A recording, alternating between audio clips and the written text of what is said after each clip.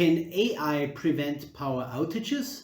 Today we will discover how advanced machine learning is transforming grid maintenance. To understand how power outages can be predicted in time to prevent them, I'll now talk to Dimitris Lagos of the National Technical University of Athens in Greece again, who is working on a new solution for such issues. Hi, Dimitri. Thanks for joining. Hi, thanks for having me. Dimitri, first question. When you and your colleagues talk about what you are currently developing, you often use the term advanced asset management. What does this stand for, and why will it become crucial for the power grids? Okay, so the question today we are talking about high renewable penetration and flexibility and how the power grid should be ready to accept higher level of renewables. Of course, flexibility can help with that, but eventually there should be upgrades in the systems. And advanced asset management is a tool that can assist the system operators to decide in the long term the condition of their assets, so they can take more sophisticated decisions on their replacement, and also to predict in the short term, in the near future, possible failures. So in this way, they can reduce downtimes, take preventive actions, and overall use information about the asset condition. What would you say? What are the critical components in the power grid, and why is it important to predict their failures? Can they just send out technicians and replace what has failed? Overall, a critical component could be anything. Could be a transformer, could be a circuit breaker, a line, a cable. Usually, system operators measure the criticality of their assets according to the consequences that their failure occurs, either in financial terms or environmental, or if there are safety concerns. For example, a circuit breaker that fails to operate and is on an interconnection between two countries and might cease the interconnection to operate due to the circuit breaker failure. It's a very critical component because, I mean, the interconnection failure could affect the electricity market and have a crucial impact. So advanced asset management can give insight to see the condition of the equipment, especially the critical one, and tell to the technicians either if there is need for maintenance, or if there is a need of replacement overall, or it can give also the information to system operators to take actions to avoid have severe consequences in the case of the failure. So it's not just about replacing, but seeing what is the best way forward given the information that they have.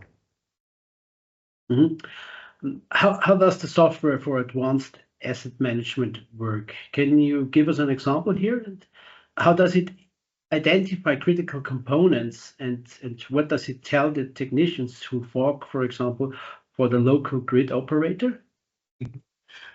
Okay, so it's a machine learning based tool. So initially the system operator have to provide historical data for the equipment from various sources, as well as installation dates and failure dates. So for the long term, if you have the failure date of an asset, you can check back its history through the data that it has and train a machine learning model to predict also which other components might have a similar behavior. So it can give an idea when and how many components will fail and which ones of them are the most critical ones. And also in the short term, again, using failure data and what is recording prior to that failure data, we can train a machine learning model to see the trends prior to the failure. And if they occur again, it can identify it and inform the system operator that a possible failure could occur to its equipment and take preventive actions according to this information. What would you say? What types of data are necessary for developing aging and failure models for power grid components?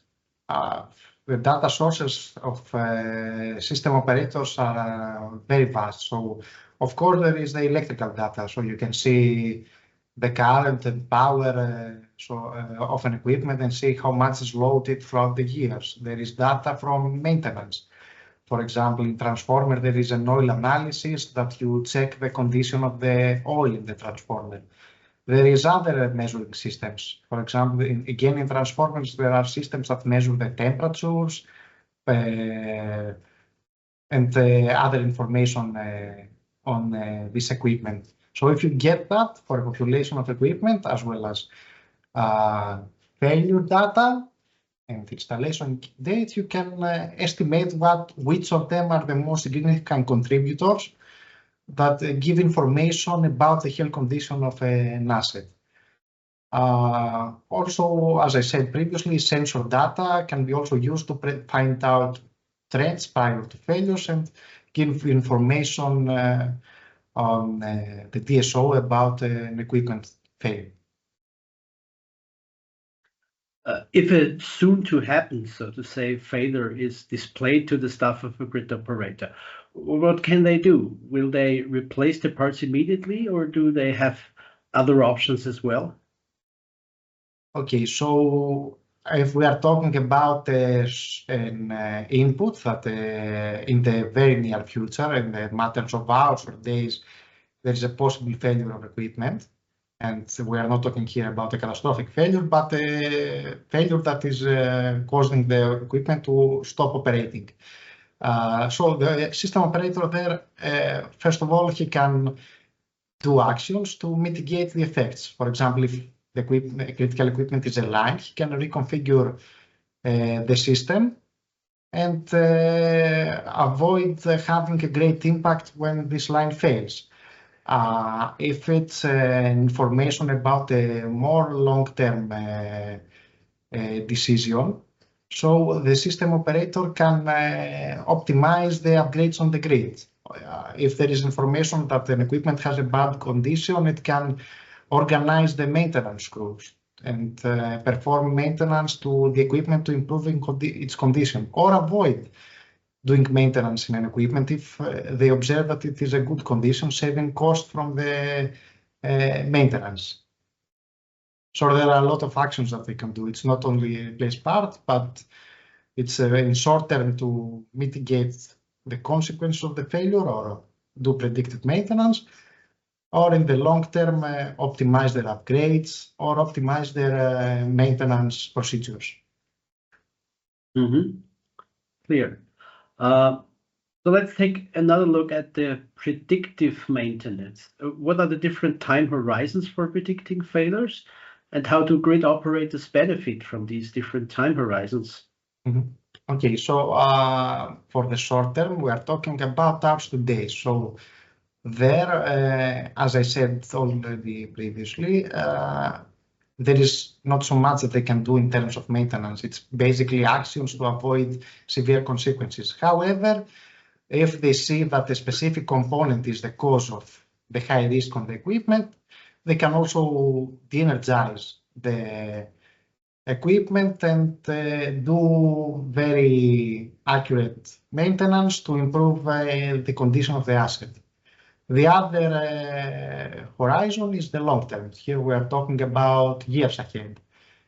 Based on the information here, if the system operator can decide if there is a need of a replacement of equipment, which one have the worst conditions, and optimize their upgrades, but also see and optimize their maintenance. Usually system operators either do maintenance at fixed time intervals or when an issue has occurred.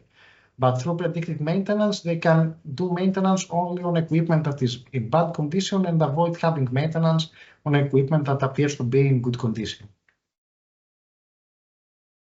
Can you share any numbers quantifying the impact your technology will have in terms of damage prevented and money saved for grid operators? And how can a grid operator estimate their savings before deciding for your solutions, for a solution like yours? Overall, it's not very easy to calculate the impact of an advanced asset management system. I would say that a system operator should measure the cost that have occurred during failures in the past, and also the maintenance cost, and specifically by checking which maintenance actions might not be required after all. And based on that, probably he can see how much money can be saved if he had knowledge to when to do and where to do maintenance, and also if he had knowledge prior to a failure and take preventive actions.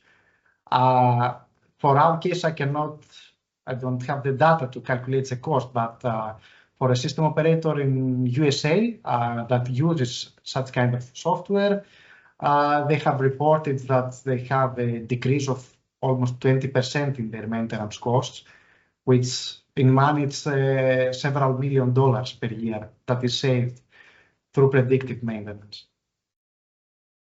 Mm-hmm. How can your advanced asset management software be integrated into existing grid infrastructure? Does it work in any kind of grid anywhere in the world? Overall, yes, there are system operators have taken up such approaches. Our solution that will be developed in the project will be tested for assets of 3 DSOs in Greece, Spain, and Slovenia, and 1 TSO, the Greek TSO. I would say that our solution is for the long-term asset management. It will be a platform that the system operator can log in, upload their historical data, and receive a report or observe the results of the calculation of asset condition. So what you have to do is to prepare the data in the adequate format. And in the short-term asset management, it will be an open API where they send the measurements. The model will have already been trained with the historical data that he had provided. And through this API, he will get a response about the probability of failure of the different assets. So he can integrate that information to the SCADA, or through a dashboard, he can see about their assets and what is the probability of failure. Final question. What do you specifically expect in the future for artificial intelligence and machine learning in power grid management? Have you any idea? Okay, first of all, I would say that there are applications in power grid management that already use AI. Asset management is one of them. Load forecast or renewable production forecast also is based on AI and machine learning tools. I would say that these two applications are not that critical. So they cannot cause many issues, and the system operators do not have many other approaches to deal with them. But in recent, AI has been proposed also for critical application of power system, like security assessment. In that applications, I would say that the system operators is reluctant right now to adopt them. The main issue, in my opinion, is that it's not easy for them to trust a black box model for a critical application compared to what they do now, where they use physical models that they trust for decades. So actually the research now is more focused on how you explain your AI to system operators, how you make your black boxes of AI more understandable and give guarantees about the performance to the system operators. And I think this is the steps that probably will help in the future build the trust on system operator side to trust AI in also additional applications in their grid management. Wow, Dimitri, what an exciting field. Thank you very much for this really informative interview. Thank you so much. If you liked these insights into this exciting technology, give us a thumbs up and subscribe to our channel For more expert interviews and updates on cutting-edge technology,